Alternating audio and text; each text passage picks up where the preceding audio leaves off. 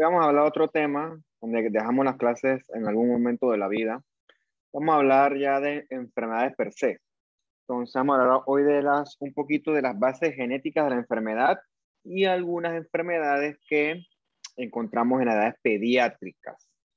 Entonces, obviamente para conocer esta clase y entenderla es importante que ustedes lleven el hilo desde la clase inicial cuando hablamos de las generalidades de la biología celular y un poquito de la biología molecular.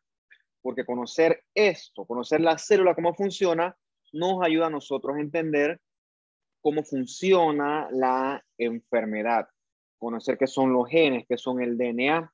Entonces, hablando un poquito de esto que es el de la edad pediátrica, vamos a ver que a diferencia del adulto, buena cantidad de las enfermedades que afectan a los niños, ¿ok?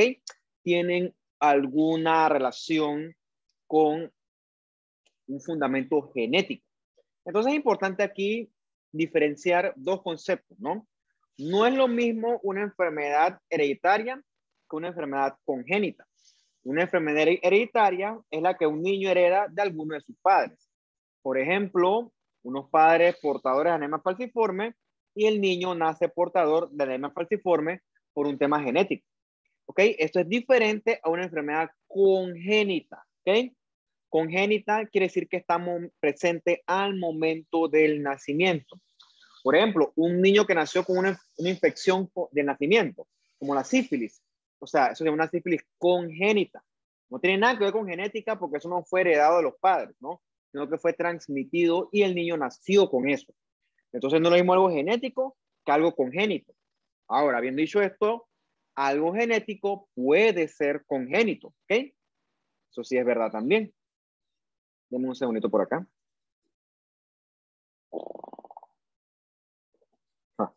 Bueno, si vieron el video que les dije anteriormente, hablaba un poquito de las mutaciones y qué tipo de mutaciones nosotros podemos encontrar en las neoplasias. Tiene que ver un poco con lo que vamos a ver nosotros ahorita aquí, que las mutaciones no solamente se ven para las cosas tipo cáncer, sino que forman parte de la base de la gran mayoría de las enfermedades. Entonces usted sabe que una mutación es un cambio que ocurre en el DNA. En este caso, un cambio permanente. Y entonces eso es sobre todo aplicable cuando hablamos de las neoplasias, pero también aplica con este tema de las enfermedades genéticas y de la edad pediátrica. ¿Okay? Muchas malformaciones que usted conocerá tienen bastante que ver con mutaciones, cosas que vienen desde el desarrollo embrionario, etc. Entonces, mutaciones puntuales, por ejemplo, tú agarras un ADN, divides las bases nitrogenadas y vas a encontrar los nucleótidos, ¿no? O al revés, divides los nucleótidos y encontrarás bases nitrogenadas. Entonces, en su momento, cuando tuvimos la clase de Mato, tú vas a ver que un simple cambio aquí de una adenina con una timina, que son bases nitrogenadas, ese simple cambio codifica para que en las personas que son falsémicas, en vez de un glutamato, se dé una valina. Entonces, todo eso crea estragos a nivel de la beta hemoglobina y hace que el paciente tenga las alteraciones fenotípicas propias del paciente con anemia falciforme. Un simple cambio aquí, un simple cambio en una base nitrogenada, ¿ok? Una cosa así tan chiquitita genera algo con tanto estrago, esto, como lo que usted conoce que son la anemia falciforme. Claro, es una mutación chiquitita, ¿ok? Pero hay otras, por ejemplo, que es donde se repiten los nucleótidos, donde se cambian más de un nucleótido. Hay varios tipos de mutaciones, ¿ok? Pero no la subestimen. La mutación puede ser algo molecular, pero tiene mucho estrago a nivel ya fenotípico con respecto al paciente. Bien. Entonces usted sabe que hay genes que codifican proteínas y genes que no codifican proteínas, ¿no? Entonces, en ese sentido, la cantidad de elementos que pueden sufrir enfermedad aumenta, ¿ok? Aumentan mucho, hay muchos tipos de variabilidad que podemos encontrar. Entonces, no solamente hay alteraciones a nivel genético como tal, sino que también puede haber alteraciones a nivel estructural de los mismos cromosomas, ¿ok? Puedes tener, por ejemplo, amplificaciones, translocaciones, que también son causa importante de enfermedad. Por ejemplo, en los cánceres, cuando hablamos nosotros o conoceremos a la leucemia amiloide crónica, vamos a ver que hay una translocación clásica, que es esa que tenemos aquí, ¿no? La translocación de este 9,22, se la llama translocación 9,22, que eso da como resultado este cromosoma Filadelfia. Entonces, ese cromosoma Filadelfia codifica para este gen de función BCR-ABL. Entonces, es una cosa, es una alteración genética demostrable en ese tipo de cánceres, tipo de leucemia crónica, que ayudan al diagnóstico y al posterior tratamiento. Es más, además está decirle que ese es un requisito diagnóstico y que a los pacientes le va bien. ¿Okay? Por eso lo veremos nosotros en su momento. Bien. Entonces, conociendo los conceptos que hemos estudiado hasta ahora, usted sabe que hay algo, aparte de la genética, existe la epigenética. Y que en esos dos niveles, o al mismo tiempo los dos, puede haber anomalías, ¿ok? Entonces, esta anomalía tú la puedes, por ejemplo, resumir en lo que usted conoce como desórdenes mendelianos, ¿ok? Que hay mutación de un único gen y eso por lo general se hereda de los padres, ¿ok? Ahorita vamos a algunos ejemplos de eso. También puede haber anomalías complejas que pueden involucrar muchos genes, ¿ok? Entonces, en este grupo de acá se engloban probablemente la gran cantidad de enfermedades que tú conoces hoy en día. Un ejemplo de esto es el paciente diabético. Te dice la persona, pero si yo toda mi vida he sido sano, ¿ok? Y ahora a los 45 años resulta que soy diabético. Pero ¿qué pasa? En esos 45 años la persona subió mucho de peso. Entonces, quizás esa obesidad desenmascaró genes que predisponían a que la persona fuera diabética. Entonces, ¿qué desenmascaró ese gen? El factor ambiental que tiene que ver con el aumento de peso. Entonces, por eso es que son multifactoriales, porque es una enfermedad que debuta con una base genética que es gatillada por un factor ambiental. ¿Okay? Y realmente lo que es hipertensión, alergias, hasta el mismo cáncer, todos son enfermedades que se relacionan a las multifactoriales, ¿no? Tanto genético como ambiental, el gran grueso. Y hay anomalías cromosómicas per se. Este tipo de enfermedad se estudia con esto que usted ve aquí. Es un cariotipo, ¿no? En el cariotipo te cuentan y analizan todos tus cromosomas, ¿ok? Si tú cuentas todo esto, tú contarás un total de 46, ¿ok? Recuerda que son 23 de la papá, 23 del papá y 23 de la mamá, ¿ok? Entonces, en base a eso, se analiza la estructura y eso ayuda al diagnóstico, ¿no? En este caso, este que está acá es una mujer porque tiene dos cromosomas X. Recuerda que los hombres tenemos un Y. Bien. Entonces, hablando de mutaciones que alteran un único gen, viene lo que usted conoció en su escuela de que es autosómico dominante o recesivo o ligado al X. Entonces, esa mutación de un solo gen puede dar enfermedades fenotípicas bien definidas, ¿no? Como por ejemplo el síndrome de Marfan que veremos más adelante. ¿Ok? Más adelante literalmente aquí. Entonces, en el síndrome de Marfan es una enfermedad autosómica dominante, o sea que se heredó del papá o de la mamá, ¿ok? Es heredada, ¿ok? Entonces, esta enfermedad en la que un solo gen se altera se caracteriza porque afecta o golpea al tejido conectivo. ¿Por qué? Porque esto está defectuoso el gen que codifica esta proteína, la fibrilina, ¿ok? La fibrilina es un elemento importante de la matriz extracelular, sobre todo para el momento de ensamblar las fibras elásticas. Entonces, el paciente con síndrome de Marfan va a tener fibras elásticas defectuosas. ¿Por qué? Porque este gen, que es el FBN1, está mutado en el paciente con síndrome de Marfan. Y entonces, cuando ese gen va a codificar la fibrilina que codifica es una fibrilina defectuosa. ¿Ok?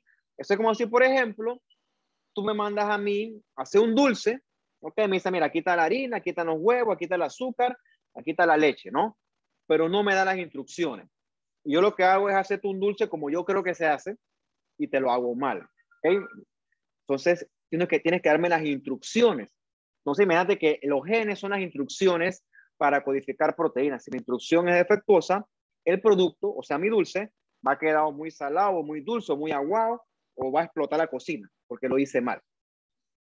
Entonces, producto de esa fibrilina defectuosa, estos pacientes van a tener también mucha alteración a nivel de su tejido conectivo que le da ese fenotipo clásico. Por lo general son pacientes así como Peter Languila, así largotes, tienen los brazos y las extremidades en general, brazos y las piernas, anormalmente largos con respecto a el tronco del cuerpo. Otra cosa que ellos pueden hacer es que tienen las articulaciones, obviamente, así hiperextendibles, ¿okay? Son muy laxos, ¿ok? Acuérdate que sus fibras elásticas son defectuosas. Otra cosa que te puede hacer este paciente es esto que está acá, ¿no? Este pecho sobresaliente, a veces dicen pecho de paloma, el pecho excavado, pectum excavatum, porque también tiene alteraciones a nivel de la columna, y todo lo que tiene tejido conectivo va a ser anormal. ¿Y adivinen qué? Tejido conectivo encontramos en todo el cuerpo. Obviamente esto que el paciente tenga articulaciones hiperextensibles, que sea alto, alargado, fuera de lo estético, eso no tiene ningún tipo de connotación del punto de vista de enfermedad. Pero, por ejemplo, en la aorta, en el tejido conectivo de la aorta, hay bastantes fibras elásticas. Esas fibras elásticas son las que mantienen el tono vascular adecuado. Y si se pierde, entonces la pared de la aorta ¡pluf!, se infla, ¿no? Y se forma esto que conocemos nosotros, que es un aneurisma. Entonces, es una pared aórtica que es menos resistente. Estos sí pueden conllevar a que el paciente eventualmente tenga enfermedad y se pueda morir. O sea, esas son alteraciones cardiovasculares. También habrá valvulopatías a nivel de las válvulas cardíacas. Bien, otra enfermedad que se asocia a este tipo de mutación de un solo gen es esta de Ehlers-Danlos, ¿no? Síndrome de Ehlers-Danlos, que no es uno solo, son varios síndromes de Ehlers-Danlos, pero aquí se los voy a resumir yo solo porque la verdad es que eso hay que hablar mucho para resumirlo en uno solo, como varios grupos, ¿no? Entonces, a diferencia del anterior, aquí lo que falla es el colágeno. O sea que hay defectos en los genes que codifican para el colágeno. Entonces, estos son pacientes que como su colágeno es defectuoso, tú vas a ver que tienen una piel que se estira mucho. Realmente no es la piel lo que se estira, lo que se estira mucho es la dermis, que es donde hay colágeno. También las articulaciones son hiperextensibles. Son pacientes que pueden hacer muchas luxaciones y por eso es que se decía en el pasado, tiene sentido, que los contorsionistas de todos los circos, alguno tenía que tener en este síndrome de Ehlers-Danlos, ¿no? Entonces el problema es que así como el tejido conectivo de las articulaciones es defectuoso, también el tejido conectivo de los órganos internos, colon, aorta, vena cava, también es defectuoso y eso con el tiempo conlleva a mayor morbimortalidad. Bien. Otra enfermedad importante que encontramos en este grupo de las que son asociadas a la mutación de un único gen es esta hipercolesterolemia familiar. ¿Qué ocurre? En esta enfermedad hay mutaciones en el gen que codifica los receptores de LDL. LDL significa Low Density Protein. Es lo que histórica y coloquialmente conocemos como el colesterol malo. ¿Okay? El colesterol no es malo. ¿Okay? Cuando tú estudias la parte esta de la biología celular, el colesterol es parte estructural importante de nuestras células. Lo que es malo el colesterol es el exceso y que se deposite en sitios donde no debe depositarse, como por ejemplo en nuestras arterias coronarias. ¿Okay? Entonces, por lo general, estos receptores agarran el exceso de colesterol y LDL, lo llevan al hígado y en el hígado el exceso se metaboliza. ¿Okay? Y después eventualmente usted lo excreta o lo aprovecha como se debe. Pero si el paciente tiene mutaciones en este receptor, el LDL se acumula en otras partes del cuerpo, ¿okay? Como por ejemplo en las arterias coronarias y también aquí alrededor de los ojos, ¿no? En el área palpebral, y forma estas lesiones elevadas así amarillas bien características. Eso se llama un santelasma. También ocurre en los codos y acá, por ejemplo, en las áreas de flexión. Se llaman entonces aquí santoma, santelasma también le llaman, ¿no? Si tienen curiosidad, lo buscan. Tú pones una persona con estas manchas aquí, eso no es normal. Eso quiere decir que el colesterol se está depositando de forma anormal en sitios donde no debe depositarse.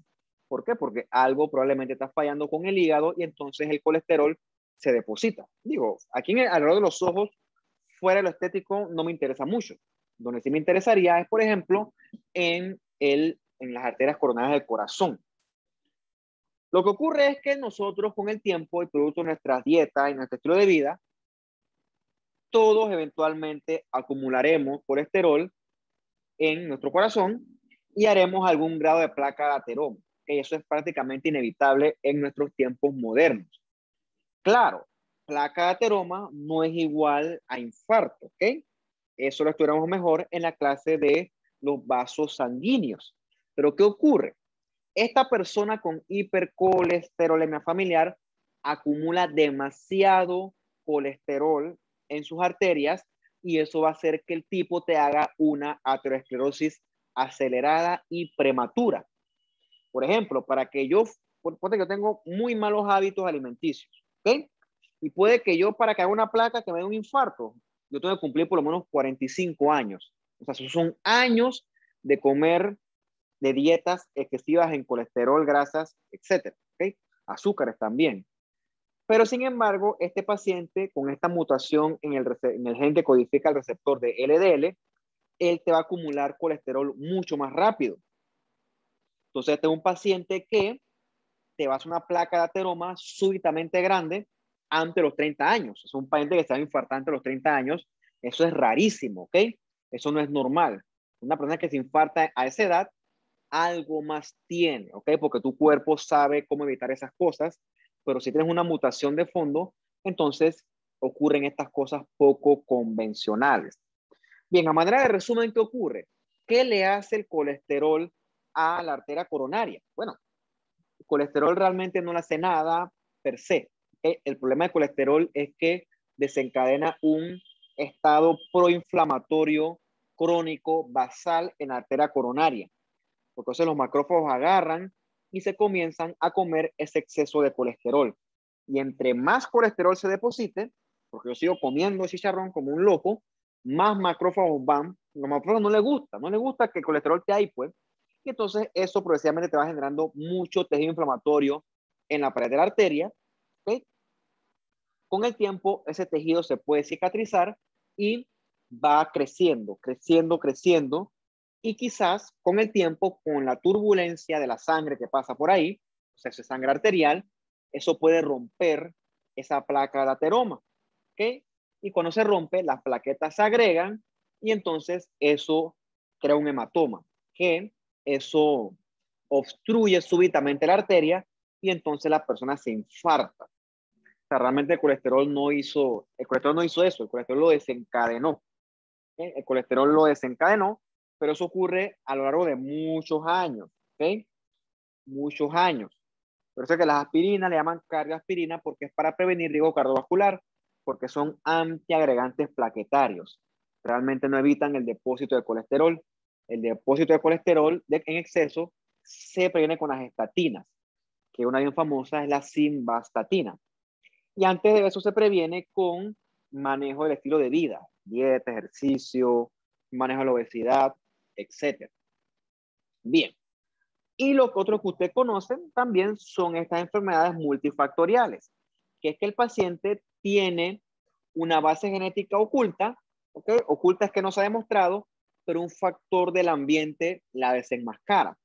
Como les mencioné anteriormente con el tema de la diabetes tipo 2, que el paciente se convierte en diabético porque se subió mucho de peso. ¿Okay? ¿Y por qué les digo esto? Porque si el paciente vuelve a bajar de peso, ¿okay? A un peso adecuado, la hiperglucemia esa también se corrige. ¿Okay? Entonces, en estos momentos, cuando estudiamos la clase de diabetes, vamos a ver que hay dos tipos importantes de diabetes, ¿no? La tipo 1 y la tipo 2, que son similares, pero tienen diferencias fisiopatológicas muy distintas. Entonces, gran grueso de las enfermedades hoy en día se agrupan en esta categoría. Entonces, también conocemos las enfermedades que alteran las mismas estructuras de los cromosomas, o sea, las que tienen que ver con las anomalías citogenéticas. Son más comunes de lo que estadísticamente parece. Bueno, la verdad, si me preguntan a mí, yo no conozco la estadística de Panamá, pero yo me baso en la estadística del libro y dicen que son comunes. Mira, 1 en cada 200 recién nacidos puede tener una anomalía genética, ¿ok? La mitad de estos terminan en aborto espontáneo. Cuando la gente aborta, la mujer en este caso, obviamente, muchos de estos abortos tienen que ver porque quizás había una anomalía cromosómica de base, ¿okay? Que el cuerpo sabe que ese bebé va a nacer con un defecto, ¿ok? Esto desde el punto de vista biológico no apto para la supervivencia, y hábilmente el cuerpo lo que hace es, pues, por así decirlo, evitar que este producto siga avanzando, ¿ok? Porque desde el punto de vista biológico es una desventaja. Entonces, estas anomalías citogenéticas alteran el número o estructura de los cromosomas.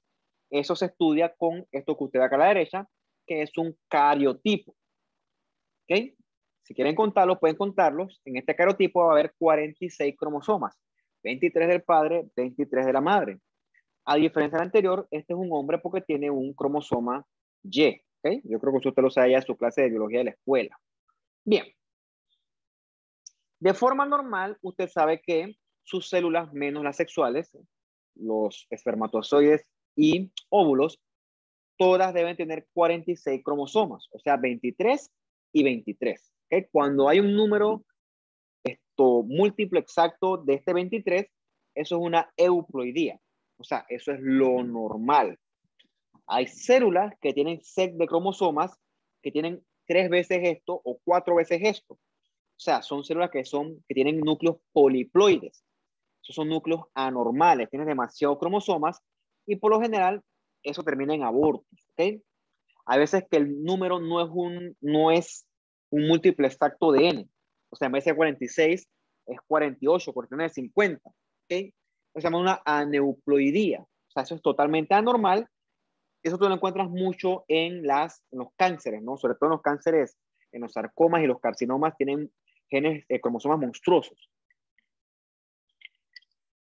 Y también tenemos las pacientes que tienen mosaicismo, ¿no? Que es que tienen 2 o más sets de cromosomas en la misma persona.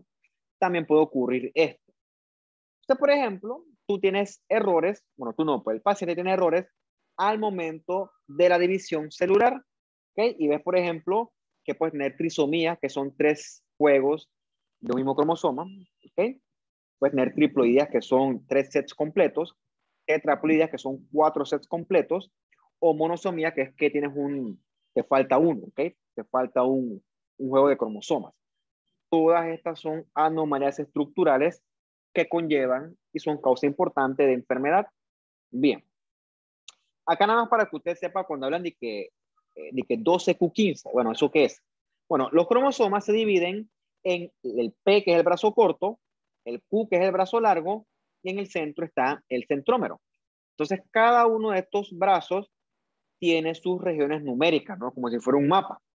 Entonces, por ejemplo, 2q34, que Q es en el brazo largo, en el cromosoma 2, de que 2, cromosoma 2, y la región 3, banda 4, ¿no? Eso está bien como si fuera un mapa, ¿no? Es para que usted sepa de dónde surge ese nombre, ¿no? No es para que se lo aprenda porque eso es otra área, pero para que sepa estos nombres dónde surgen, ¿no? Por ejemplo, 12q5, cromosoma 12, Q el brazo largo, y aquí va a tener la región 5, ¿no? Es una forma como de la nomenclatura de esto, de los cromosomas.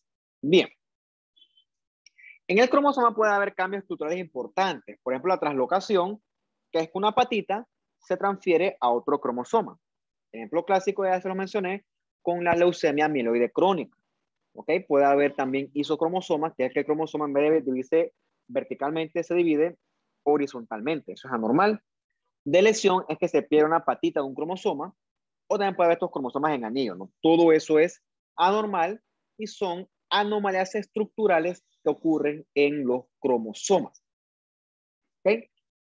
Para hablar un poquito de la terminología, tú tienes anomalías cromosómicas, por ejemplo, cuando falta algún cromosoma. ¿Ok?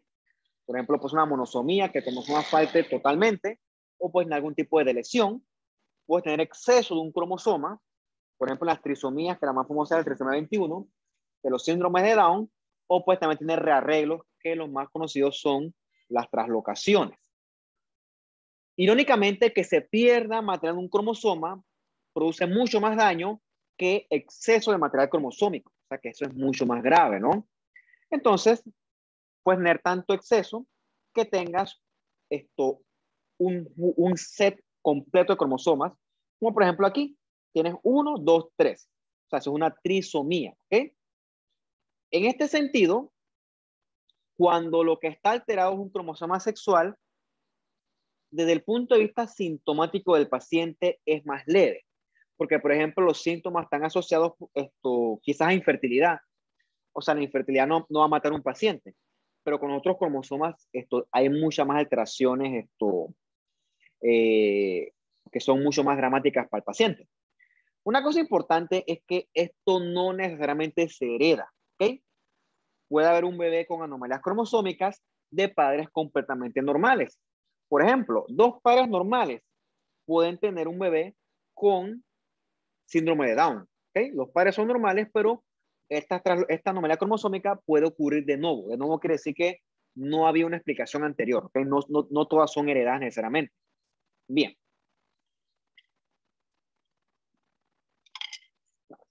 De estas anomalías cromosómicas, la más famosa, y por ser la más común, es el síndrome de Down, ¿ok?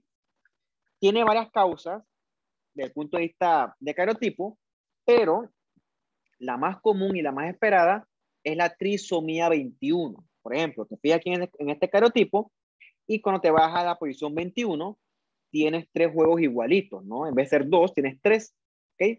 La trisomía, que tienes una copia exacta extra de un cromosoma 21, o sea, tienes tres tipos, tres. Entonces, de estos síndromes de Down, 95% se deben a esto. O sea, que este paciente, tú lo cuentas, va a tener 47 cromosomas, ¿ok? Otros se asocian a translocaciones y otros son también mosaicos. Como mencioné anteriormente, este paciente con síndrome de Down, sus padres pueden ser normales. Y realmente esto que tú ves aquí ocurrió porque al momento de la meiosis hubo una no disyunción, o sea que los cromosomas estos se separaron inadecuadamente. Y esto siempre se asocia con madres que ya tienen una edad un poco más avanzada. De hecho, entre mayor es la edad, mayor es el riesgo de que una madre tenga un bebé con síndrome de Down. ¿Okay? Eso está demostrado. Esta gráfica tienes que corregirla porque cuando tú pones una tabla o una gráfica en una diapositiva, tienes que poner la fuente, ¿no? Y de verdad esto es un poco incorrecto. Después yo la referencio. Pero sí es cierto que la trisomía 21, el síndrome de Down, se asocia sobre todo a la edad materna avanzada. Bien, yo asumo que usted conoce o ha escuchado que es un síndrome de Down. Tiene características clásicas, fenotípicas. O sea, cuando tú un paciente con síndrome de Down tiene alteraciones que tú dices parece un síndrome de Down y probablemente lo sea. ¿Okay? La carita de ellos es planita, ¿okay? Y también tiene esto aquí en los párpados, tiene como unas rayitas o unos pliegues, ¿no? Unos pliegues oblicuos, ¿ok? También se llama pliegues epicantos. O sea, son alteraciones clásicas cranofaciales que pueden ser vistas desde el nacimiento. Es muy relativo esto del retraso mental, ¿ok? Porque yo conozco de casos de síndrome de Down que, chuzos, los manes son inteligentes, más inteligentes que gente que son en teoría normal.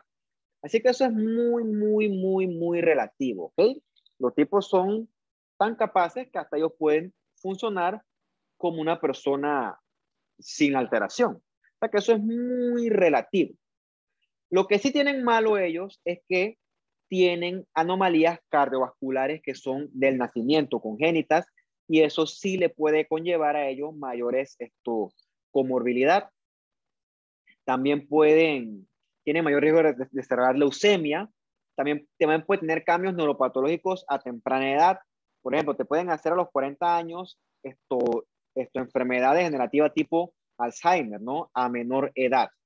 Y también tienen anomalías a nivel inmunológico. Mira, si me preguntas a mí,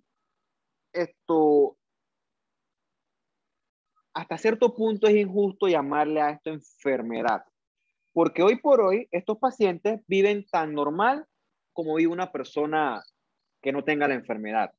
Más si buscas la literatura, hace 40 años, esta gente porque no son pacientes, vivían hasta los 25 años. O sea, pero la medicina ha avanzado tanto que el paciente vive hasta los 60 años. Lo mismo que una persona normal. Yo ni siquiera sé si va a llegar a esa edad. O sea, que ves que son gente que hoy en día prácticamente normal, ¿ok? Prácticamente normales. Bien. Otra anomalía asociada a cromosomas es este famoso síndrome de Klinefelter, ¿ok? A diferencia del Down, esta afecta son los cromosomas sexuales. Ves que aquí en este cariotipo, el paciente va a tener 2X y una Y, ¿ok? Importante, este nada más afecta a hombres, ¿ok? El tipo va a ser un hombre, bueno, este es un paciente, pero va a tener va a tener por lo menos 2 cromosomas Y, como dice acá, 2 cromosomas Y, ¿ok? Si lo cuentas en total, aquí hay 47 cromosomas. Entonces, esto va a conllevar a que el hombre tenga un hipogonadismo, ¿ok? Va a ser sobre todo una alteración que tiene que ver a nivel hormonal. Entonces, por lo general, esto se da por una no disyunción meiótica, parecida al síndrome de Down, y este carotipo se lee como un 47XXY. Y también se asocia con edad materna avanzada y bueno, dice la literatura que es radiación. Entonces, el paciente con síndrome de Klinefelter es un hombre, pero es un hombre con hipogonadismo. O sea, es un hombre que va a tener menos influencia hormonal. O sea, que va a ser un hombre con características similares a las de una mujer. ¿Ok? Entonces, o va a tener, se llama características fenotípicas ginecoides. Entonces, por ejemplo, va a tener una menor o una distribución del vello más parecida a la mujer. ¿Okay? Va a tener menos vellos en la cara y va a tener una distribución ginecoide del vello púbico. Otra cosa es que va a tener ginecomastia, o sea que va a tener volumen mamario aumentado. ¿Okay? También son pacientes altos con las extremidades alargadas y también los testículos de él son chiquititos. ¿Okay? Chiquititos y no funcionales, se llaman lo que es el hipogonadismo. ¿Por qué? Porque producen menos testosterona. Una cosa importante es que estos pacientes, son estériles, ¿ok? Porque en esos testículos, una de dos, o la espermatogénesis es inadecuada o de por sí no hay, ¿ok? Porque no hay testosterona, etcétera, y son testículos que están están atróficos, ¿ok? Es un hombre con características, sobre todo, que parece como si fuera una mujer, ¿no? Y eso ocurre porque le falta testosterona. Entonces, fuera de este fenotipo, también va a tener cierto riesgo de cánceres de mayor de mama, de células germinales, tumores también, y también puede tener riesgo de enfermedades autoinmunes, ¿no? Entonces, la contraparte, si podemos decirlo así, ocurre en las mujeres y se llama el síndrome de Turner, ¿ok? Que también es hipogonadismo, pero en mujeres. ¿Ok? En el síndrome de Turner, lo que va a faltar es un cromosoma X, ¿ok? Entonces, en el cariotipo, en vez de ser 46, es 46 menos 1, ¿ok? Porque le falta un X. Entonces, esos carotipos se llaman 45X. Entonces, la paciente con síndrome de Turner es una paciente pequeña, chiquitita, va a tener aquí unas alas en el cuello que le llaman, ahora se me va el nombre, ¿ok? Supuestamente esto ocurre por distensión de los vasos linfáticos, tiene un nombre, ahorita se me escapa. Esto va a tener aquí este cubitus valgus clásico, ¿ok? Porque es que ves que el antebrazo va hacia afuera, línea media, ¿ok? Va a tener los pezones alterados también y es como una mujer que parece una niña, ¿ok? Es una niña porque no tuvo esa influencia hormonal y por lo tanto los caracteres sexuales no se desarrollan.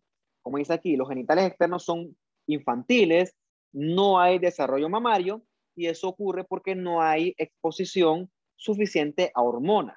Otra cosa que la mente va a tener es amenorrea. ¿Saben ustedes qué es amenorrea?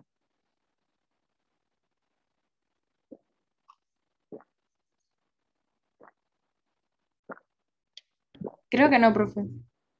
Bueno, amenorrea es que la paciente no va a tener ciclos menstruales, ¿ok? Porque la paciente es estéril, ¿ok? Para que haya un ciclo menstrual tiene que haber ovulación y entonces la paciente no va a tener menstruación. Se llama amenorrea. En este caso ocurre porque no hay exposición a estrógeno, etcétera, y por lo tanto una paciente que no va a tener ese tipo de ciclos mensuales, ¿ok? Bien, eso con respecto a las enfermedades genéticas. ¿Tienen preguntas hasta este punto? Porque sé que esto es medio pesado, no tanto, ¿no? Pero bueno, no es tan fácil de digerir tampoco. ¿Tienen dudas, preguntas, comentarios?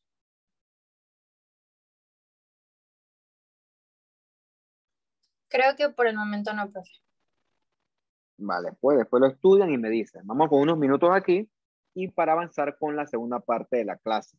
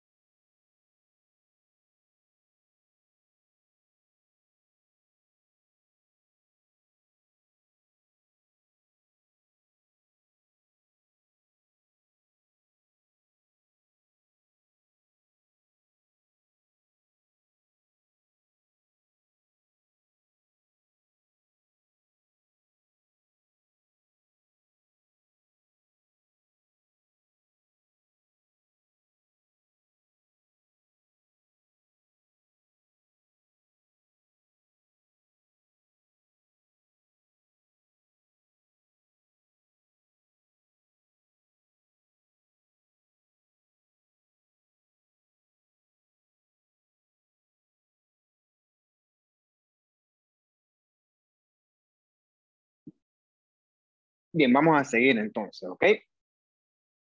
Y ahorita vamos a hablar de otro tema que son las enfermedades pediátricas. Entonces, a diferencia de los adultos, tener un niño enfermo tiene otro tipo de connotación. Es más raro, es diferente. Y por lo general, esa enfermedad de los niños, esto va a tener un contexto genético, ¿ok?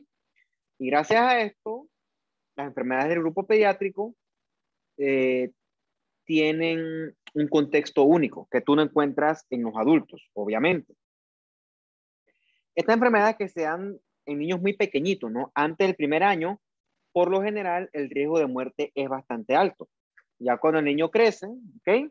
Ya las causas de muerte cambian, ¿no? Tiene que ver más con trauma, accidentes, etcétera. Las causas de estas muertes. Pero como tú ves aquí, de 1 a 4 años son cosas genéticas. Por ejemplo, un niño que tenga un cáncer a esta edad, un cáncer maligno, obviamente es una redundancia, eso no es normal, ¿ok? Eso tiene que tener algún fundamento. O que tenga una cardiopatía congénita, esto tiene una mortalidad considerable. Pero, por ejemplo, ves que ya cuando son adolescentes hasta los 14 años, accidentes, traumas, etcétera, son las causas de muerte. O sea, las causas de muerte van cambiando de acuerdo a la edad del paciente. Bien, entonces recordemos el concepto de congénito. ¿Ok? Congénito es una anomalía que está presente al momento de el nacimiento.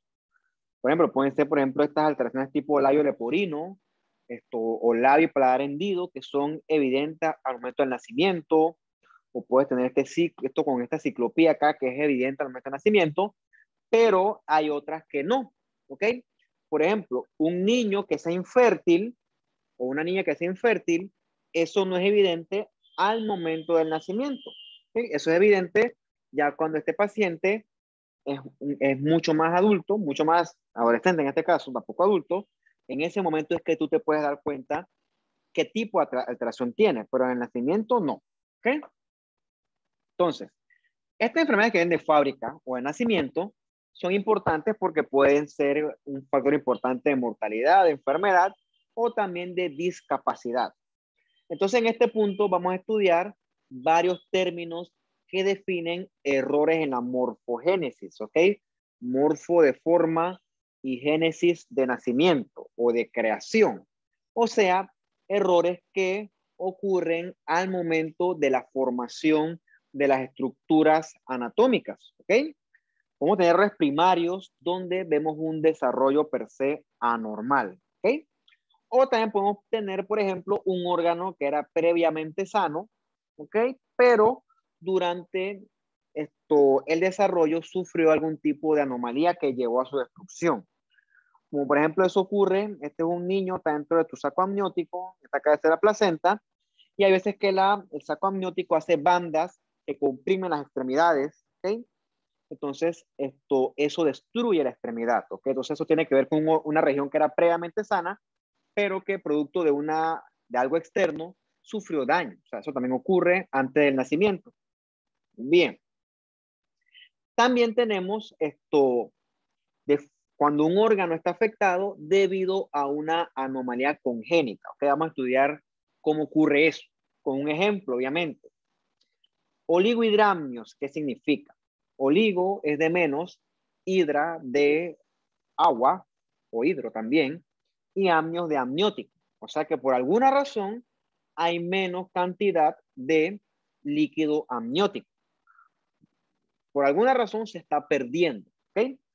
Hay una fuga, como dice aquí, de líquido amniótico que por lo general se debe a una ruptura de las membranas que rodean al bebé. ¿Por qué se pueden romper esas membranas? Bueno, la razón que se me ocurre ahorita es por infección. ¿Ok? Cuando hay infecciones, eso puede debilitar la membrana, se rompe y eso provoca fuga de líquido. Bueno, cuando eso ocurre, cuando hay oligohidramnios, puede haber una insuficiencia útero-placentaria. O sea que el aporte sanguíneo del útero hacia la placenta, esto se va a ver alterado, ¿ok? Eso también se asocia con hipertensión de la madre. O también puede deberse a una agenesia de los riñones del feto.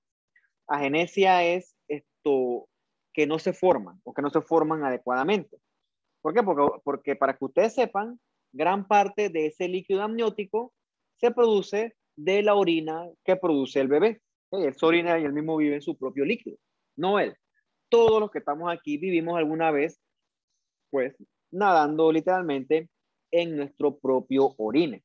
¿Okay? Entonces, por ejemplo, si un bebé tiene una alteración a nivel de sus riñoncitos, ¿okay? No va a producir suficiente líquido amniótico y eso va a conllevar a algún tipo de alteración eventualmente asociada con el oligohidramnios. Entonces, imagínense que un bebé con un oligohidramnios va a estar apretadito porque no va a tener líquido para moverse. ¿Okay? Entonces, ese bebé puede nacer fases aplanadas como la carita aplanada, como está aquí, carita aplanada, y las manos y los pies crecen con una posición anormal. O sea, el que ve este bebé cree que es un bebé sindrómico, tiene una anomalía congénita, ¿ok? Tiene algún defecto en el cromosoma. Y realmente él nació así, producto del oligohidramnios. O sea, producto de algo teóricamente que era sospechable y se aplica prevenible. O sea, no tiene nada que ver con una alteración ni genética ni cromosómica. Pero como tú le ves el fenotipo, puedes confundirlo si no lo sospechas. Y probablemente esto se debió a un oligohidramnios producto ya sea de una agenesia renal o de una insuficiencia uteroplacentaria, ¿no? Para que tú veas lo curioso cómo puede funcionar esto. Entonces, estas cosas también pueden ocurrir. Bien. Entonces, también pueden haber síndromes de malformaciones, en la cual hay muchos eventos que tienen consecuencias a nivel de la formación de las estructuras anatómicas. Es cuando ya hay cuando es un síndrome es porque hay muchas cosas, ¿ok? No es un solo evento aislado, hay muchos elementos que ya estoy que chuzo. Esto no es normal. ¿A qué se debe eso? Bueno, por ejemplo, a anomalías cromosómicas, que ya usted la conoció, por ejemplo, síndrome de Down, nace con un montón de cosas, que si la cardiopatía congénita, que si las alteraciones en la carita, etcétera, son muchas malformaciones, no es una sola. O también hay infecciones virales, ¿ok? Que se asocian a malformaciones. Lo que pasa es que eso no lo vemos hoy en día gracias a las vacunas, ¿ok? Por ejemplo, la rubiola se asocia mucho a malformaciones congénitas, sordera, entre otras cosas, si puedes buscarlas. Entonces, pero como hoy en día hay vacunación, todo eso se previene. O sea, por ejemplo, en nuestro país no existe ni rubiola ni sarampión, que eran virus que antes se asociaban con mucha malformación congénita. Pero repito, gracias a las vacunas, hoy en día eso no se ve. Y sin embargo, tú tienes hoy en día gente con el descaro de hacerse llamar antivacunas. ¿Ok? Eso molesta mucho. Son gente que te das cuenta que no saben nada de ciencia. Nada, nada, cero. ¿Ok? Hay otros términos importantes hay otros términos importantes que ustedes deben conocer con respecto a las malformaciones. Esta que la adelanté, que era la agenesia, que es la ausencia completa de un órgano. Como por ejemplo acá atrás cuando dijimos la agenesia renal. O sea que falta un riñón o pueden faltar los dos riñones. Sin riñones no va a haber orina. Aplasia, ¿ok? A de no plasia de crecimiento, o sea, no crecimiento. O sea que va a haber un desarrollo incompleto o nulo de un órgano y o región anatómica, o órgano / región anatómica. Aplasia e hipoplasia son términos que a veces son utilizados de forma indistinta. ¿Okay? Yo prefiero decir aplasia cuando hay una ausencia total, hipoplasia cuando la ausencia es parcial. Por ejemplo, tú tienes aquí este niño, no sé si era niña, ves que tiene un desarrollo incompleto de las extremidades, ¿no? De los bracitos, ¿ok? Puedes tener ya sea algún grado de hipoplasia o aplasia, también ves que le falta un dedito, ¿ok? Tiene algún tipo de hipoplasia de esas regiones, ¿ok? Existe, pero está menos desarrollado. Y lo otro que ocurre son las atresias. La atresia ocurre sobre todo en órganos huecos. Por ejemplo, la vía biliar. Hay pacientes que nacen con atresia de vías biliares, o sea que la vía biliar está ¡puf! Cerrada. Eso conlleva alteraciones a nivel hepático. Entonces el hígado puede crecer mucho y ocurre, por ejemplo, esto con este niño que esto es la barrigota que tiene. Bueno, la barrigota que tiene es a costa de un hígado que está exageradamente grande, secundario a una atresia de la vía biliar. ¿Okay? Yo creo que eso lo veremos en algún momento, ¿no? Pero es para que usted sepa varias cosas que pueden ocurrir asociadas a alteraciones en la formación de los órganos y o estructuras anatómicas. Bien, ¿por qué ocurre una malformación? Bueno, no ocurre porque sí. Recuerda que nuestro cuerpo es muy sabio, la biología es muy sabia y la biología va a evitar a toda costa que ocurra una malformación porque un individuo malformado es un individuo que no está capacitado para la supervivencia de la especie. Cuando son malformaciones genéticas, vimos en la sección anterior que el cuerpo lo que hábilmente hace es evitar, en la mayoría de los casos, que esos bebés nazcan, ¿ok? Los hacen que provocan, no provocan, se dan abortos, ¿ok? En la gran mayoría de los casos. O sea que realmente estas malformaciones, aparte de ser genéticas, también tienen una base ambiental, que eso sí no es evitable, ¿ok? Por ejemplo, ¿ustedes por qué creen que no es bueno que una mujer agarre cuando está embarazada y todos los días se tire una botella de seco? ¿Ok? Porque ese seco, o sea, el alcohol, no es bueno para el desarrollo del bebé. O por ejemplo, ¿por qué una mujer que está embarazada no puede tomarse una radiografía? ¿Ah? ¿Nos han preguntado eso? ¿Qué le hacen esos rayos X? ¿Qué le hace esa radiación al bebé? Entonces, estos sí son factores del ambiente que inciden en este tipo de enfermedad tipo malformación, ¿ok? Y que también se asocian al final del día con elementos multifactoriales. Lo que sí es cierto es que al final del día es tan diversa la causa que no es posible decir, ah, fue por eso. No, tiene que ser, es muy amplio, ¿ok? Es muy amplio. Entonces ya estudiamos las causas genéticas, ¿no? Ya usted sabe que las anomalías cromosómicas, por lo general, casi siempre se van a asociar a una malformación congénita. Ya se lo vimos en la sección anterior. Entonces ahorita vamos a estudiar cosas del ambiente. Por ejemplo, aquí, environmental, o sea, ambiental, infecciones, ¿ok? Toxoplasmosis, rubiola, el propio HIV, enfermedades maternas, diabetes y drogas como el alcohol, etcétera. Por eso es que tú ves en las propagandas de medicamentos no se recomiendan embarazadas. Consulta a su médico, ¿ok? Porque no es lo mismo una paciente embarazada, ni siquiera es paciente, una mujer embarazada que una no embarazada, no es lo mismo. O sea, eso lleva otra connotación. Bien. ¿Qué cosas pueden causar malformaciones que tienen que ver con el ambiente? Bueno, lo más común, bueno, no lo más común, ¿no? Pero está bien descrito los virus, ¿ok? Por ejemplo, cuando salió el boom del Zika, ¿ok? Del virus del Zika, este se asoció mucho a malformaciones del sistema nervioso central, sobre todo esa microcefalia, anencefalias, cosas que tengan que ver con el cerebro y médula espinal, gracias al Zika. ¿Cómo ocurre eso? Bueno, tuviéramos que leernos porque la verdad es que yo no, tampoco es que soy un experto en eso. Dije anteriormente que la rubiola, antes en la época pre-vacunas, también era causa importante de malformación y en el futuro con discapacidad. Medicamentos, ¿no? Por ejemplo, hay medicamentos que las embarazadas no deben tomar o consumir, ¿ok? Eso está bien descrito. Y obviamente radiación. Por eso es que en esos sitios, por ejemplo, tú te vas allá en la historia de la medicina, cuando estudias la cosa de Chernobyl, en esos sitios hay otro tipo de enfermedades asociadas al exceso de radiación. ¿Okay? Hay mucha leucemia, ¿okay? Por producto de esa radiación. Muchos niños con leucemia, que eso es bien triste. Entonces, cuando una mujer embarazada se expone a estos elementos, el chance de que el bebé sufra un error al momento de la formación de los órganos aumenta, ¿ok? Se establece. Entonces, una mujer embarazada debe evitar todas estas cosas, ¿ok? Porque son potenciales factores de riesgo de malformación.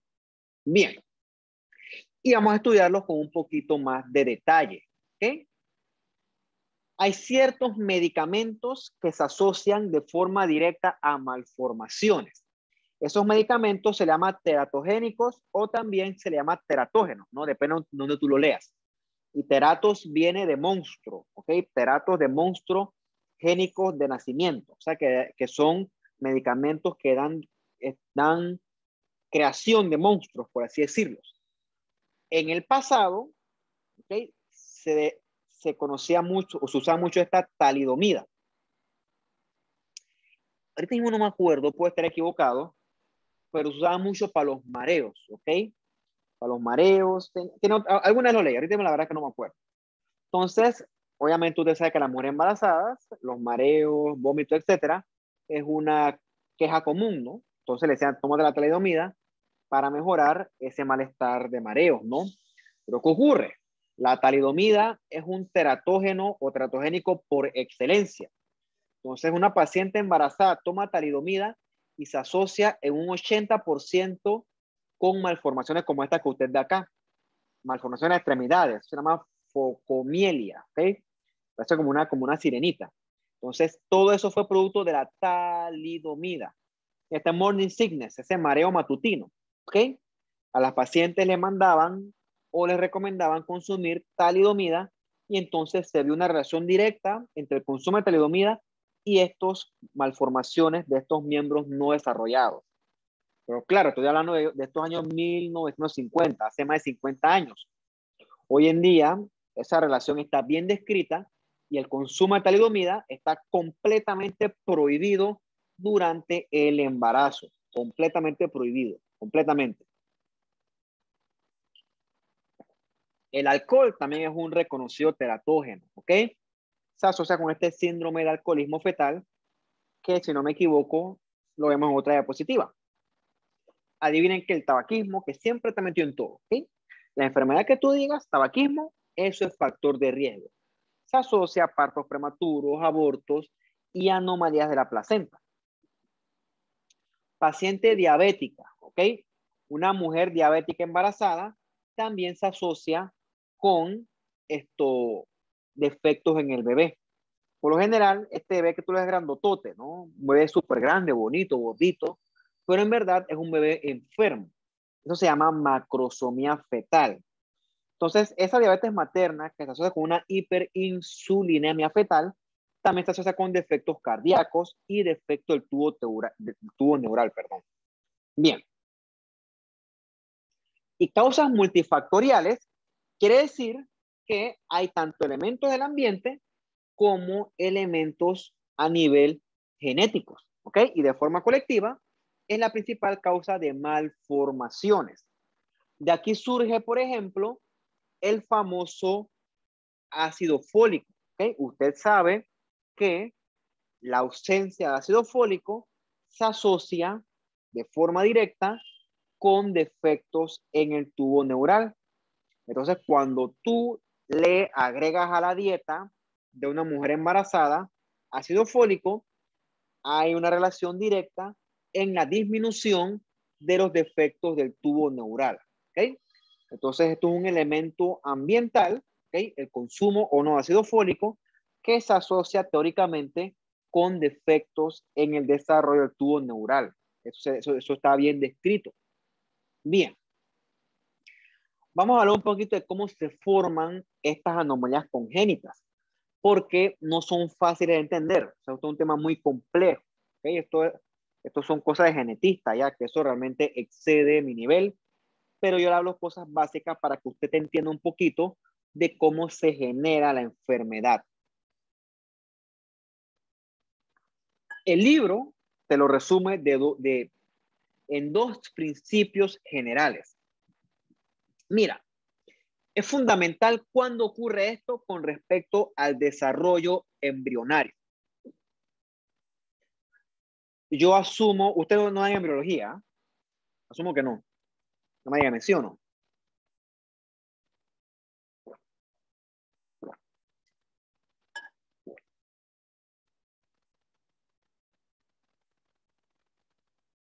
No, profe. Bueno, no importa. Pero sabes, si dan biología, y tú sabes que en algún momento de la vida todos fuimos celulitas, ¿ok? Todos fuimos un cigoto que eventualmente se dividió, formó estructuras y esas estructuras fueron formando tejidos y esos tejidos fueron formando órganos. Obviamente es en ese periodo de la formación de los órganos que le pega más duro el teratógeno, ¿ok? Es durante el periodo del desarrollo de la organogénesis que un teratógeno le pega mucho más fuerte al bebé en desarrollo. Y eso ocurre más o menos en las 9 semanas de gestación. O sea, desde la concepción hasta las 9 semanas es que los órganos se están formando. Bueno, es en ese momento que el teratógeno pega más duro. Es más, de hecho pega tan duro que lo más probable es que ese producto termine en un aborto. Ya después de eso, los órganos están formados. Lo que les corresponde a los órganos es crecer, ¿ok? Entonces, cuando el teratógeno pega después de ese periodo, después de las 9 semanas, entonces lo que puede hacer es lesionar órganos que ya están formados. Entonces, ves que no es lo mismo, por ejemplo, para una madre fumar en el primer trimestre que fumar en el tercer trimestre. Ambas están mal, pero obviamente fumar en el primer trimestre es mucho peor. ¿Okay? Ambas están mal. ¿Okay? No voy a decir que yo estoy diciendo que hay forma de salvarse eso. No. Ambas están mal, pero entre más estés cerca de las 9 semanas, es peor. Porque en ese sitio, en este periodo, perdón, es que se están formando los órganos. O sea que ahí es mucho más dramático el efecto del teratógeno. Bien. Entonces, ¿cómo un teratógeno provoca una malformación? Eso es bastante complicado, ¿ok? Entonces, el libro lo resume. El libro lo que dice es que el teratógeno lo que hace es gatillar genes defectuosos, ¿ok? Por ejemplo, esto de la historia de la medicina, hay un sitio, no me acuerdo qué país era, donde las mamás ovejas comían ciertas plantas, cierta hierbita, ¿ok? Entonces, esa hierbita tenía esta ciclopamina. Entonces, eso se asoció a que las mamás ovejitas tenían bebés ovejitas con malformaciones craneofaciales bien graves, ¿ok? Entonces se piensa que esta ciclopamina gatilla genes defectuosos, que sin el estimulante los genes defectuosos están silenciados, ¿ok? Entonces es un ejemplo de cómo un teratógeno activa entonces un gen defectuoso que antes no se expresaba, ¿ok? Un evento similar ocurre con la vitamina A. Si hay ausencia de vitamina A, se asocia con malformaciones. También el ácido retinoico que se usa para el acné, ácido retinoico, eso es un teratógeno también reconocido. Entonces, un teratógeno lo que hace es gatillar genes defectuosos, ¿ok? Como que jalas, aprietas el gatillo, puff, disparas, y entonces el gen defectuoso sale a la luz. Entonces, si evitas el teratógeno, el gen defectuoso queda silenciado para bien. Entonces, fuera de los teratógenos que son prevenibles, otra cosa que pega bastante son los agentes infecciosos durante el desarrollo del feto. ¿Cómo un feto se infecta? Bueno, puede ser, por ejemplo, que hubo una transmisión durante el parto en el canal cervicovaginal. ¿Okay? Eso se llama infecciones ascendentes. Y no necesariamente son del parto. Por ejemplo, si la madre tuvo una infección, ¿ok? Una infección cervicovaginal que ascendió y entonces llegó al sitio donde estaba el bebé. Eso le puede pegar sobre todo a las membranas ovulares, ¿no? Corión y amnios, y eso se llama corioamnionitis. También puede afectar el cordón umbilical, ¿ok? Cuando el cordón umbilical está infectado y tiene inflamación aguda, se llama funicitis, ¿no? Esto que está aquí es un cordón umbilical. Dos arterias, una vena, y ves que aquí tiene infección inflamatorio, ¿ok? Eso ocurre por una infección ascendente. Es sobre todo cuando la madre tiene infecciones urinarias que no se tratan, los gérmenes ascienden, ¿ok? Ascienden y entonces le pegan o afectan al bebé. También puede haber un poco más rara diseminación desde la sangre hacia la placenta. Esto se da, por ejemplo, con el HIV. Pero hoy en día sabemos que el HIV, tú puedes tener una madre HIV, ¿ok? Pero si la madre se trata bien, o sea, consume bien su triple terapia, es virtualmente imposible que se lo transmita al bebé. O sea, hoy en día la medicina ha avanzado hasta ese punto. O sea, la madre HIV, si se detecta a tiempo y se trata a tiempo, se puede salvar el bebé, ¿no? O sea, no que se salve, sino que el bebé no tiene por qué transmitirse la HIV. O sea, si esto está a tiempo, es perfectamente controlable. Hay otros agentes infecciosos, como el toxoplasma, que es un parásito, treponema, que es el sífilis, rubiola, etcétera, que se pueden transmitir de la madre al feto vía transplacentaria. Y también se asocian a malformaciones congénitas, ¿okay? Retraso, catarata, sordera, etcétera. Saltando de las malformaciones, otro elemento que provoca enfermedades en la edad pediátrica es la prematuridad. ¿Okay? Un prematuro es un bebé con una edad gestacional menor a 37 semanas. ¿Okay? Porque antes de ese tiempo todavía los órganos se están desarrollando. Entonces, un bebé que nace antes de estas 37 semanas es considerado un prematuro y esto es una causa bastante común de mortalidad. Obviamente, entre más chiquito, mayor mortalidad. También se consideran prematuros a los bebés que pesan menos de 2.500 gramos. Entonces, son elementos importantes, ¿no? Bajo peso también, pueden pensar bajo peso sobre todo. Claro, no es tan rígido, obviamente, para el que inicie la pediatría, hay tablitas que te relacionan el peso ajustado a la edad gestacional. Entonces, no es una cosa tan rígida, pero de referencia, menos de 2.500 gramos es considerado bajo peso. Bien, ¿por qué un bebé puede ser prematuro? O puede nacer prematuro, mejor dicho. Bueno, se asocia mucho a la ruptura prematura de las membranas. Bueno, ¿y por qué estas membranas se rompen? Por infecciones, ¿ok? Por corioamnionitis. Por ejemplo, tú tienes aquí un corión, un amnios, y ves cómo está todo lleno de infiltrado inflamatorio. Eso es una corioamnionitis. Entonces, esa es una causa esperada de una ruptura prematura de membranas. Eso lo que hace es gatillar un parto prematuro. Más raro es que tengas anomalías del útero, del cervix, y también se asocia la prematuridad a gestaciones múltiples, ¿okay? Como son gemelos, etc. Bien, ¿qué ocurre con el prematuro? Si nace muy temprano, sus órganos no se van a desarrollar adecuadamente. Entonces, él va a tener órganos inmaduros, ¿ok? Y se asocia a enfermedades como, por ejemplo, este síndrome del distrés respiratorio del recién nacido. ¿Qué ocurre? Un bebé prematuro va a tener un desarrollo anormal, o mejor dicho, anormal, no, un desarrollo precoz de sus pulmones. O sus pulmones no van a estar adecuadamente desarrollados. Y el riesgo es mayor entre más chiquito el bebé.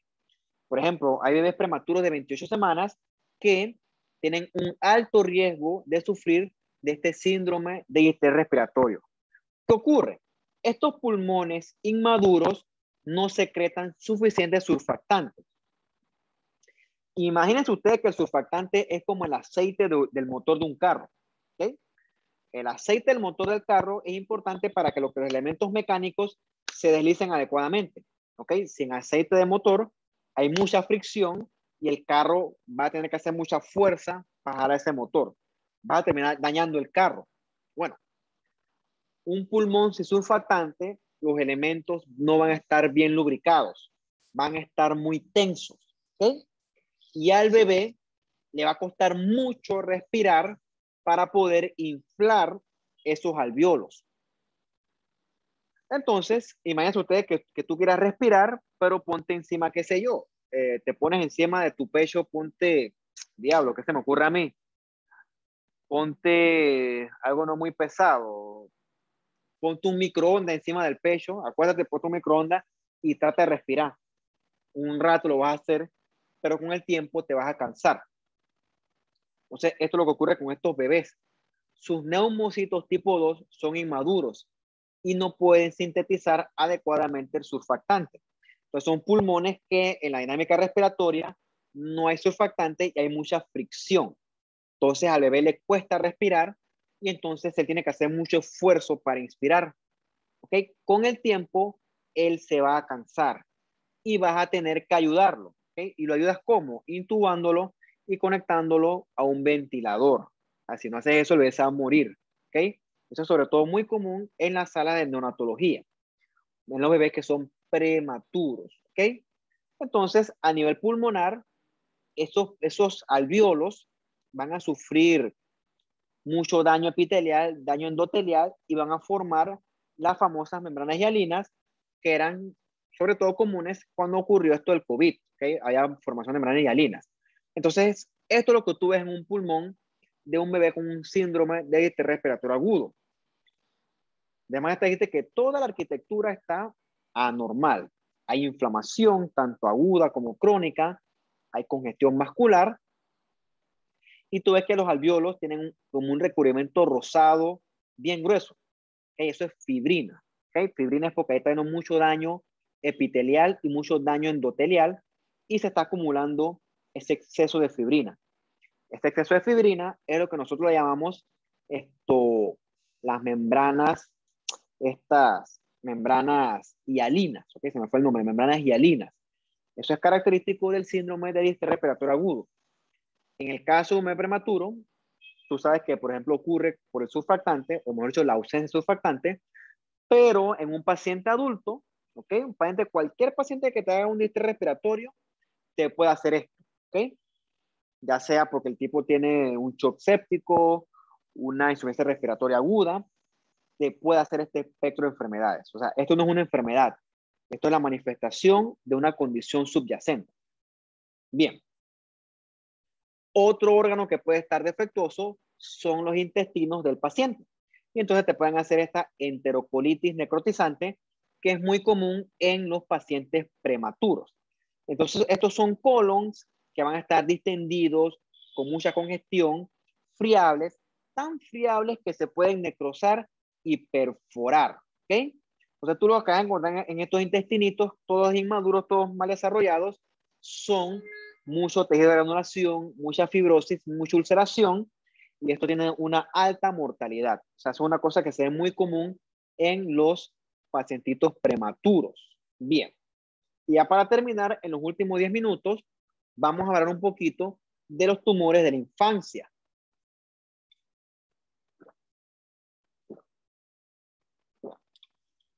Bien. Es importante hablar de esto porque los tumores de la infancia son algo distintos a los tumores que ocurren durante la edad adulta. Vamos a referirnos a los tumores malignos porque son causa importante entre los 4 y 14 años. También hay tumores benignos y por suerte son más comunes que los malignos. Una cosa importante es que tanto en niños como en adultos hay condiciones que imitan a los tumores y a veces nos pueden confundir. Por ejemplo, pueden haber heterotopías. ¿Qué es una heterotopía? Que un tejido crece en un sitio que no le corresponde, ¿ok? Pero es un tejido perfectamente normal, ¿ok? No lo vayan a confundir con metástasis, porque acuérdate que metástasis es algo neoplásico que viaja a otro lugar. En heterotopía, simplemente el tejido creció en un lugar donde no le correspondía.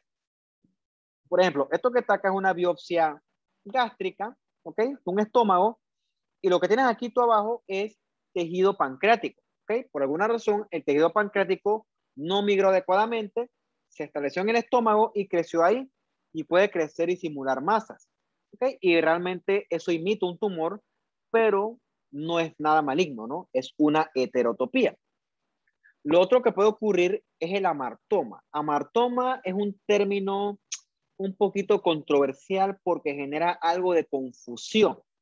¿Okay? Porque el amartoma lo que es un crecimiento excesivo de células que sí son de ese sitio. ¿Okay? Por ejemplo, en el amartoma, un estómago puede crecer mucho músculo liso. ¿Ok? Y eso genera crecimientos que imitan tumor, pero son perfectamente benignos. ¿Ok? Son crecimientos que son perfectamente benignos, pero que te pueden confundir con algo maligno. Bien, tumores benignos en la infancia está el más común, que es el hemangioma. ¿Okay? Por ejemplo, miren, este niño acá con esta placa roja que asusta, impresiona, pero eso es lo que es un hemangioma, que es un tumor vascular que es perfectamente benigno. ¿Qué ocurre? En esta pielcita crecen muchos vasos, ¿ok? Y son vasos que están llenos de sangre y realmente su problema es estético, ¿ok? Puede que generarse lesiones elevadas que se pueden ulcerar, pero son perfectamente benignos, ¿ok? La contraparte de este hemangioma es el linfangioma, ¿ok? El linfangioma lo que crecen son muchos vasos linfáticos, ¿ok? Eso ocurre sobre todo aquí en el cuello y generan bolas, masas que confunden con tumores de otra connotación, o sea, tumores malignos. La otra cosa que puede hacer este linfangioma es crecer mucho y comprimir estructuras vecinas. Entonces, mira, acá tienes un hemangioma, ¿no? Ves que tienes muchos canales vasculares que están llenos de sangre, perfectamente benignos. Y una cosa importante es que con el tiempo, este hemangioma, por lo general, deja de crecer y se cura solito. Recuerda, no tiene nada de maligno. Lo que sí es que estéticamente es impresionante, ¿no? El problema es estético, pero no tiene ningún potencial maligno.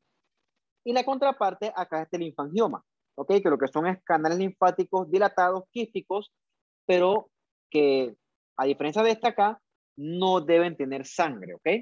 Eso lo diferencia uno del otro, no es tener eritrocitos acá adentro, no debes tener. Bien, con respecto a los tumores malignos de la infancia, los más comunes son los hematopoyéticos, siendo los más comunes las leucemias, ¿ok?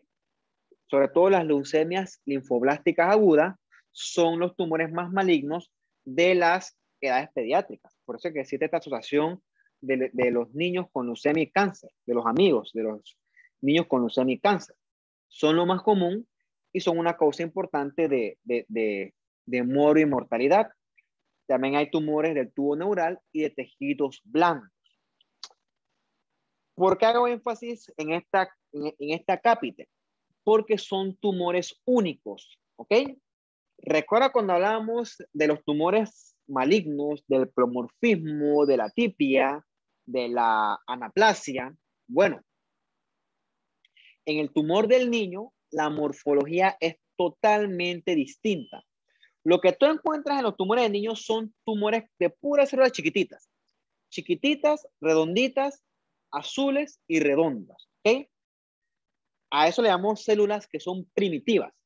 Entonces, a diferencia del adulto, los tumores de los niños, desde el punto de vista morfológico, son puras celulitas redonditas, azules, chiquititas, que son células que son primitivas, ¿ok?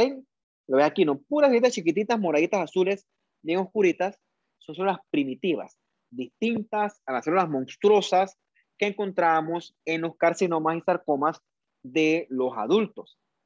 Entonces, en los niños encontramos los tumores que terminan en blastoma, neuroblastoma, nefroblastoma, retinoblastoma, y los linfomas y algunos sarcomas que veremos en otra ocasión. Bien, tenemos por ejemplo este neuroblastoma, que repito, tú lo ves que morfológicamente es un tumor constituido de puras celulitas chiquitas, azules y redondas, pequeñitas. Ves que aquí no hay anaplasia, todas son igualitas, ¿ok? Entonces, es un tumor que es primitivo y que viene del neuroectodermo. El sitio más común son las adrenales, ¿ok? Entonces, son tumores que pueden crecer mucho, le pueden dar al paciente masas abdominales, pérdida de peso y pueden hacer metástasis a hígado y hacen que el hígado crezca, ¿no? Eso se llama hepatomegalia. Ay. Entonces, la otra cosa que puede ocurrir con estos neuroblastomas es que hacen metástasis a hueso, por ejemplo, y pueden provocar dolor óseo. Como son tumores que encontramos en glándula adrenal, pueden producir mucha catecolamina. Y entonces son niños que son hipertensos. O sea, eso es raro. Un niño no tiene por qué ser hipertenso. Entonces, cuando es hipertenso, te enciende la alarma de ciertas cosas, sobre todo cosas a nivel renal, pero también puede estar implicado estos neuroblastomas. ¿Okay? Uno no quisiera eso, pero está en el diagnóstico diferencial. Y otra cosa que tú encuentras en la orina es este ácido vanilmandélico, que eso es producto de degradación de exceso de catecolaminas. Son tumores malos, ¿ok? Son malignos que se comportan mal y el estadiaje y el pronóstico depende de la extensión del tumor y de la presencia o no de metástasis al momento del diagnóstico. Se pueden detectar estas amplificaciones de este MIC-N que cuando existen son de peor pronóstico. Tenemos este otro que es el retinoblastoma, ¿ok? Que son tumores que crecen o surgen a nivel intraocular de la retina, ¿ok? Gran parte se asocian a la mutación de este gen RB y se asocian a un grado de ser heredados, ¿no? Puede afectar un ojo o los dos, ¿ok? Ves que pueden crecer mucho cuando no se operan. Eso tiene que operarse, por cierto. Y son tumores que con el tiempo hacen que el niño pierda la visión. Entonces, hey, opéralo, porque ese ojo no sirve, ¿ok? O va a dejar de servir. Eso puede matar al niño, eso se metástasis y el niño se puede morir. Claro, no, yo lo digo fácil, pero yo sé que obviamente no es fácil, pero con estas cosas hay que tomar decisiones rápido. El niño puede tener estrabismo, ¿no? Estrabismo es lo que coloquialmente se conoce como visco, ¿okay? Son viscos. El término correcto es estrabismo. Entonces ves este ojito acá, ves que aquí tienes este tumor que crece, que si hiciéramos aumento, es un tumor de células redondas, azules y pequeñas. El tratamiento es la enucleación. La enucleación es retirar ese globo ocular. Se hace falta quimio y radio, y el paciente sí, sin sus ojitos, pero va a sobrevivir. Si no se operan, son fatales, ¿ok? El otro que tenemos es el tumor de Wilms, o de Wilms, le llaman también. Esto crece en el riñón, ¿no? Son tumores renales de la infancia, que también se le llama nefroblastoma. Se asocia con otras malformaciones congénitas y se asocia con esta esta mutación del gen WT1. WT1 es de Wilms Tumors 1, ¿ok? Los riñones pueden crecer mucho y formar masas palpables. El paciente puede tener dolor abdominal, hematuria, que es sangre en la orina, y también esto puede crecer tanto que obstruya los intestinos, por ejemplo. Entonces, cuando lo ves en el microscopio, ves que son células redondas, azules y pequeñas. Te pueden hacer también estas rosetitas, ¿no? Que son como si fueran grupitos de células con un centro, con un centro. Eso es más detalle, porque no es para ustedes, ¿no? Pero ves que no es un tumor anaplásico monstruoso como los del adulto. Repito, son tumores de células redondas, azules y pequeñas. El paciente se lo operan, o sea, es una nefrectomía y si se detecta a tiempo, el pronóstico es relativamente bueno. Bien, creo que esa es la última ya. ¿Tienen preguntas, dudas, comentarios, curiosidades?